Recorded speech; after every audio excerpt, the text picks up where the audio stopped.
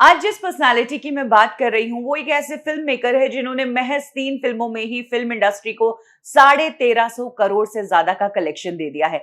Technically तो 2 ही फिल्में इन्होंने बनाई है क्योंकि इनकी जो दूसरी फिल्म थी वो इनकी पहली फिल्म का हिंदी रीमेक थी। ये सोचते कैसे हैं, ये फिल्मों के सीन्स बनाते कैसे हैं, ये बात हर कोई जानना चाहता है। यही वजह है कि इंटरव्यूज में लोग इनसे ऐसे ऐसे सवाल पूछते हैं जिससे वो इनका दिमाग पढ़ पाए। हालांकि ये भी इतने शातिर है कि जवाब ऐसे देते हैं कि कोई समझ ही नहीं पाता है कि आखिर ये फिल्मों के सीन्स लिखते कैसे हैं, ये सोच आती कैसे हैं।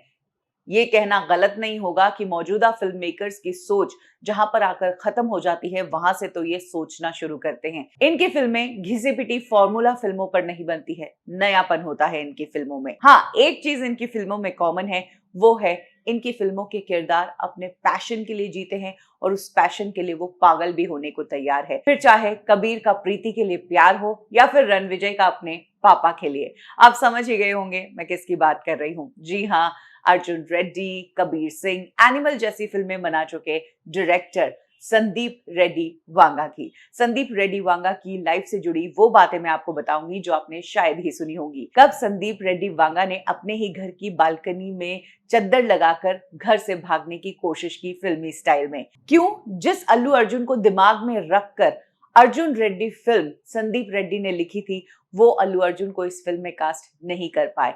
और कैसे कबीर सिंह के लिए सबसे पहले नाम आया रणवीर सिंह का। प्रोड्यूसर्स ने प्रेशर किया अर्जुन कपूर को लो और फिर इस फिल्म में एंट्री हुई शाहिद कपूर की।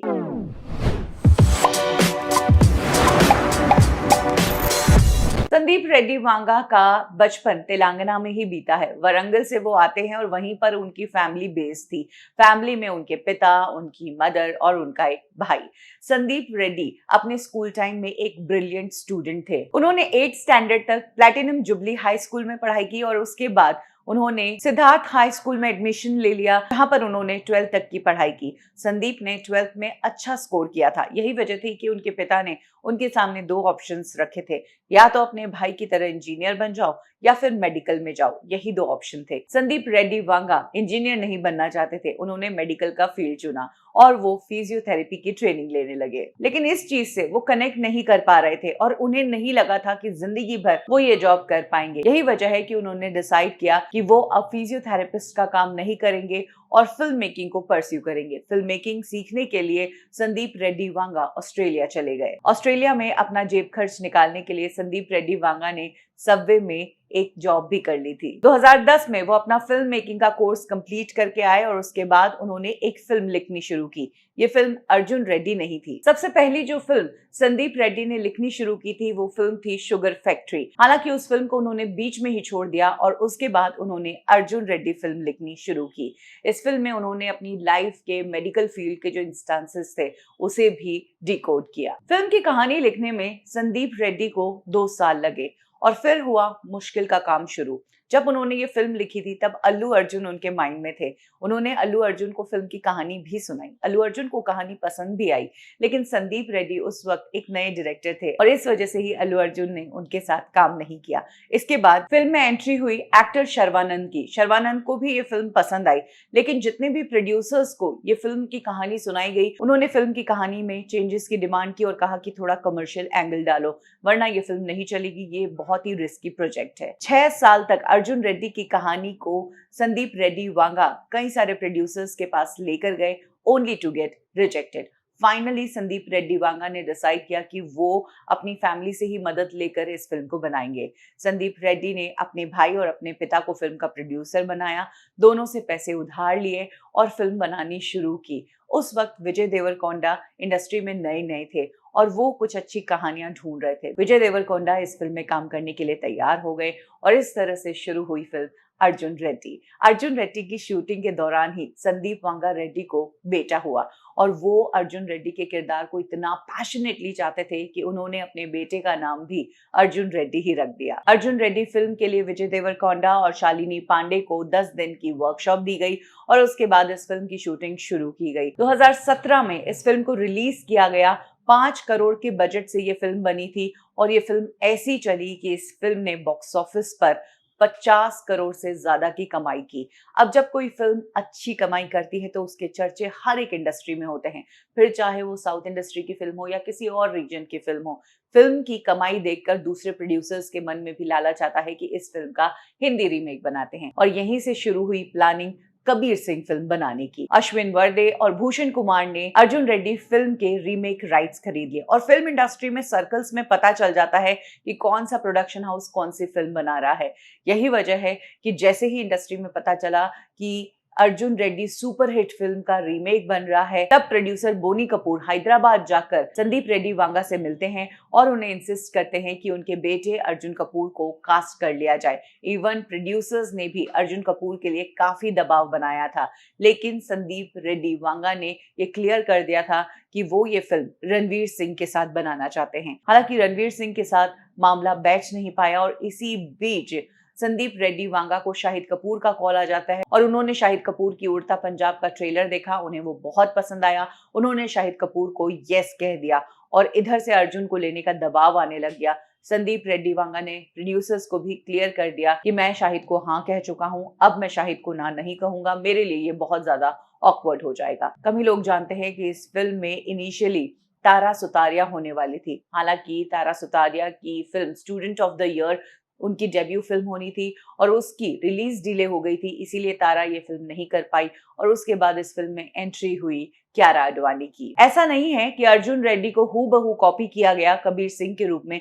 कुछ सीन्स चेंज किए गए, कुछ सीन्स कम किए गए, टाइम पर भी एक लिमिट बांधी गई और हिंदी ऑडियंस के हिसाब से स्टोरी में कुछ और चीजें ऐड और रिमूव की गई। कबीर सिंह 2019 में रिलीज होती है और ये फिल्म अर्जुन रेड्डी फिल्म से भी बड़ी हिट साबित होती है। ये फिल्म ए रेटेड फिल्म थी, उसके बावजूद फिल्म ने तकरीबन 300 करोड़ का बिजनेस कर लिया था। फिल्म एक इंटेंस लव स्टोरी थी। प्यार में पड़ा बंदा जब टूट जाता है तो वो किस तरीके से अपने आप को हार्म करने लगता है, ये सारी चीजें इस फिल्म में दिखाई गई है। फिल्म के गाने लोगों को बहुत पसंद आए, फिल्म का म्यूजिक, फिल्म के सीन्स, फिल्म के डायलॉग एक ट्रेंड सेट कर दिया इस फिल्म ने। कई लड़के शाहिद कपूर जैसा लुक रखने लगे, उनकी तरह ही बुलेट चलाने लगे। कबीर सिंह देखने के लिए जिस वक्त थिएटर्स खचाखच भरे थे, उसी वक्त फिल्म इंडस्ट्री के कुछ कमरों में फिल्म को लेकर चर्चा चल रही थी और बॉलीवुड इंडस्ट्री का एक तबका है जो ये पचा नहीं पा रहा था कि कल का आया डायरेक्टर इतनी बड़ी हिट फिल्म कैसे दे सकता है। तो उन्होंने माइक्रोस्कोपिक लेंस से इस फिल्म की कहानी को देखना शुरू किया और फिल्म के कुछ पर्टिकुलर सीन्स है जिन पर सवाल खड़े किए और फिल्म को ये टैग लगाया गया कि इसमें टॉक्सिक मर्दानगी दिखाई जाती है और आदमी जो है औरतों के प्रति बहुत गंदा व्यवहार कर रहे हैं। इसमें मिसोजिनी है, लड़का लड़की को थप्पड़ मार देता है और लड़की वो थप्पड़ भी खा लेती है। संदीप रेड्डी वांगा इस माहौल को देखकर पूरी तरह कंफ्यूज हो गए। एक तरफ तो ऑडियंस इस फिल्म को देख रही है, धनाधन फिल्म कमाई कर रही है, और दूसरी तरफ इंडस्ट्री वाले इस फिल्म को टारगेट कर रहे हैं। उन्हें समझ ही नहीं आ रहा है कि ये कौन सा बिहेवियर है। हालांकि इन सब चीजों को इग्नोर करते हुए संदीप रेड्डी ने अपनी दूसरी फिल्म पर काम करना शुरू कर दिया और इस बार उन्होंने जो फिल्म लिखी उसमें शुरू से ही उन्होंने रणबीर कपूर को ही माइंड में रखा था। रणबीर कपूर के साथ एनिमल फिल्म का आइडिया उन्होंने शेयर किया था और उन्हें ही दिमाग में रखकर इस स्टोरी को डेवलप किया। रणबीर कपूर के साथ एनिमल फिल्म की शूटिंग की गई और जब ये फिल्म रिलीज हुई तो ये फिल्म कबीर सिंह और अर्जुन रेड्डी से भी बड़ी फिल्म साबित हुई।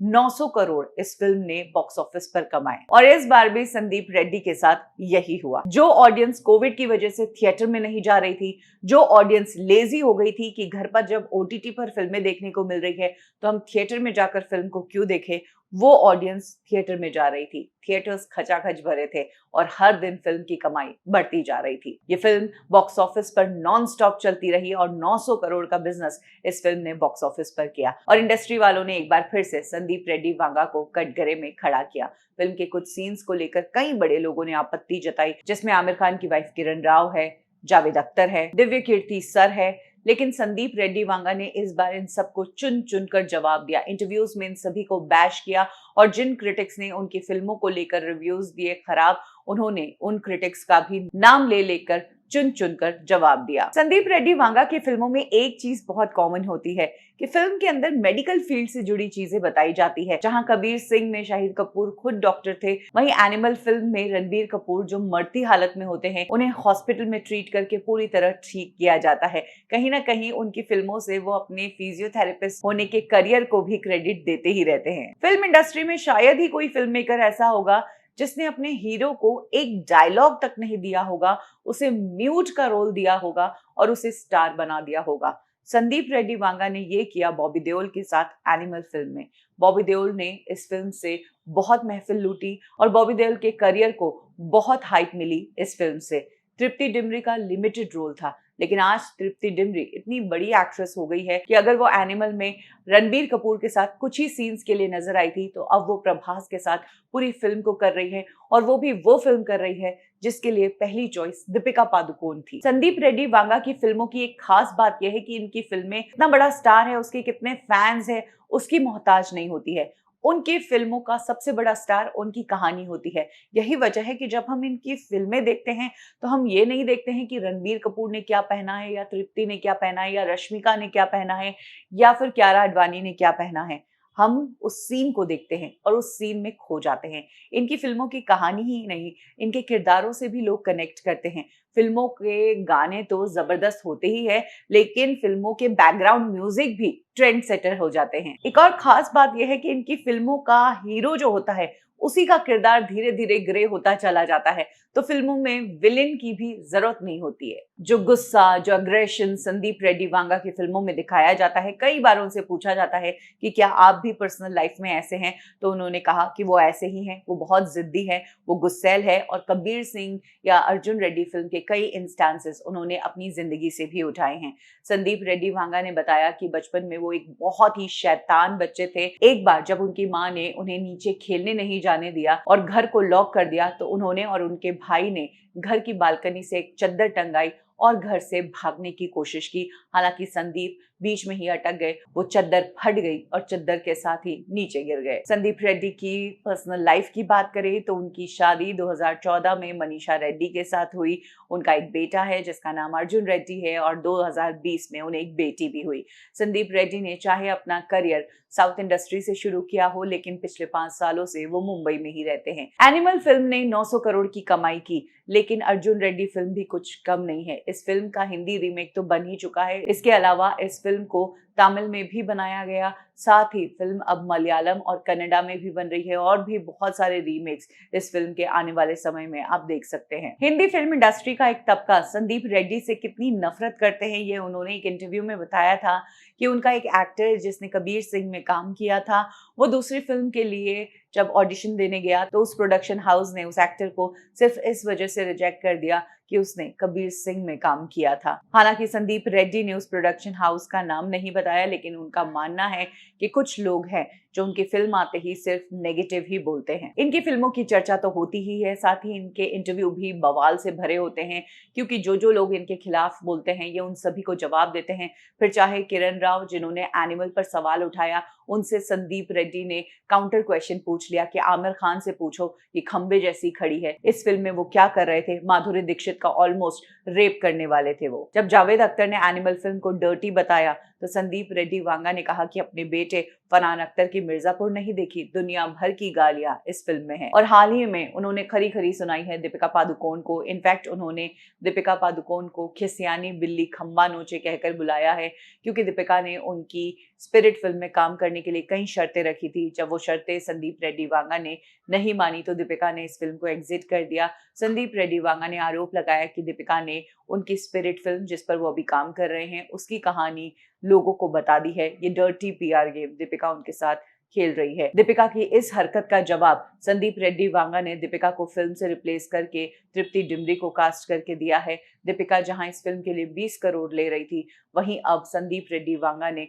फिल्म के 16 करोड़ रुपए बचाकर 4 करोड़ में तृप्ति डिमरी को साइन कर दिया। तो ये है कहानी फिल्म इंडस्ट्री के उस फिल्म मेकर की जिसने महज 3 फिल्मों में फिल्म इंडस्ट्री के पुराने फिल्म मेकर्स के होश उड़ा दिए हैं। सब दिमाग खुजा रहे हैं कि हम हमारी फिल्मों को इस तरह का कैसे बनाएं। लोग ट्राई करने की कोशिश कर रहे हैं, लेकिन वो जो इंटेंस ड्रामा कबीर सिंह का है या एनिमल का है, वो कोई नहीं दे पा रहा है। हालांकि फिल्म में बहुत कुछ ऐसी चीजें हैं जो सोसाइटी के खिलाफ है, जो सोचने लायक है, लेकिन संदीप रेड्डी वांगा कहते हैं कि ये तो सिनेमा है, ये डायरेक्टर का विजन है। संदीप रेड्डी वांगा जिस तरह की फिल्में बनाते हैं, ऑडियंस इन फिल्मों को पसंद कर रही है। लोग इन फिल्मों में गलत दिखाए जाने का ज्ञान दे रहे हैं। ऐसे में आपको क्या लगता है, क्या इस तरह की फिल्में फिल्म इंडस्ट्री में बनती रहनी चाहिए या फिर इस तरह की फिल्मों में अब चेंजेस होने चाहिए?